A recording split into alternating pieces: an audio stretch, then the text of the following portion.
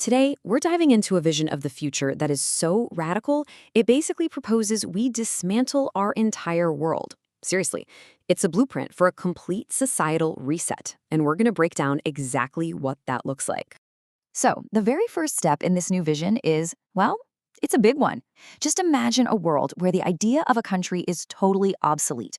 All nations, all borders, all national identities, they're just gone, wiped from the map. And the changes don't stop with nations, nope. The next pillar of society to go is one of our most personal, the family.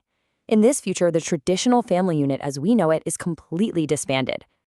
To round out this massive transformation, money itself is history. Every single form of currency is abolished, which means the entire economic system that runs our lives today just ceases to exist. So you can see this isn't about just tweaking the system we have. It is a total reset.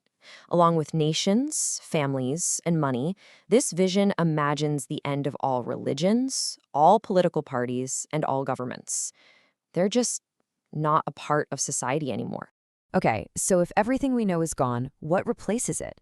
Well, this new world isn't built on nothing. It's actually constructed on a very specific spiritual and ethical foundation. This is the why behind such an unbelievable change. Everything is guided by three core principles. First, you revere God, which is defined here as following the way of nature. Second, you revere life, which means living in harmony.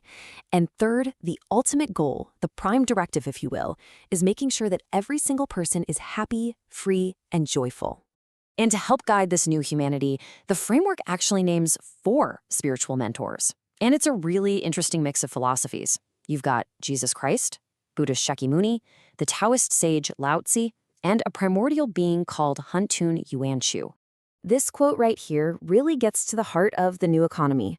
With no currency and no nations, private property is also gone. The idea is that since all resources belong to a higher power or to nature itself, no single person owns anything. But because of that, every person has access to everything they could possibly need. So you're probably wondering, how could a world this complex possibly work without governments or money? The answer, as you might guess, is technology. A super powerful AI serves as the backbone for this entire system. And it has a name, AI Chenyuan Cow. This is the artificial intelligence that acts as the logistical brain for the whole planet. Its job is, well, it's everything. It arranges and schedules all production and pretty much every aspect of life for every single human. I mean, the sheer scope of this AI's power is total. It's not just managing factories, it's scheduling your daily life. It's assigning you a place to live. And get this, it has this fascinating and kind of disruptive function. It relocates every single person to a new place somewhere else in the world every 3 years. No exceptions. So with governments and nations out of the picture, what happens to laws? Well, all of our existing constitutions and legal codes are thrown out. They're replaced by a single new framework, a text called the 800 Concepts for Humanity in the New Era. Okay, let's switch gears and talk about what might be the most personal and honestly challenging part of this whole vision, how human relationships are completely turned on their head. The differences here are just stark. Traditional marriage is gone, replaced with these fluid relationships where the guiding principle is just to go with the flow. Having special friendships, based on a deep emotional connection or shared interests, that's actually discouraged. And for kids, a mother only stays with her child for the first 3 years. After that, the child is raised by the community.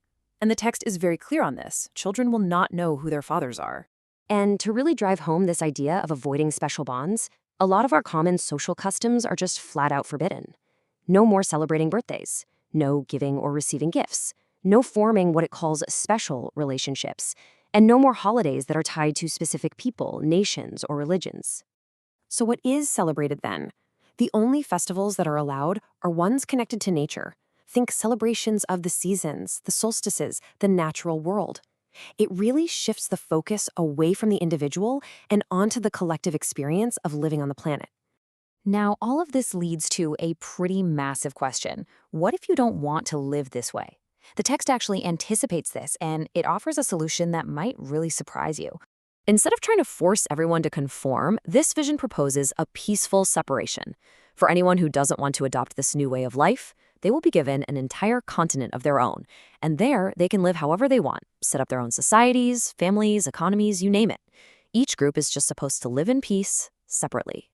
And so, this is where we land. This vision, it promises a world of total harmony, equality, and happiness, all managed by this benevolent AI. But it requires us to dissolve almost everything we use to define ourselves, our families, our countries, our closest bonds, our personal ambitions. And that leaves us with a profound question. Is this a perfect society, or is it a perfect cage? What ultimately is the price of utopia?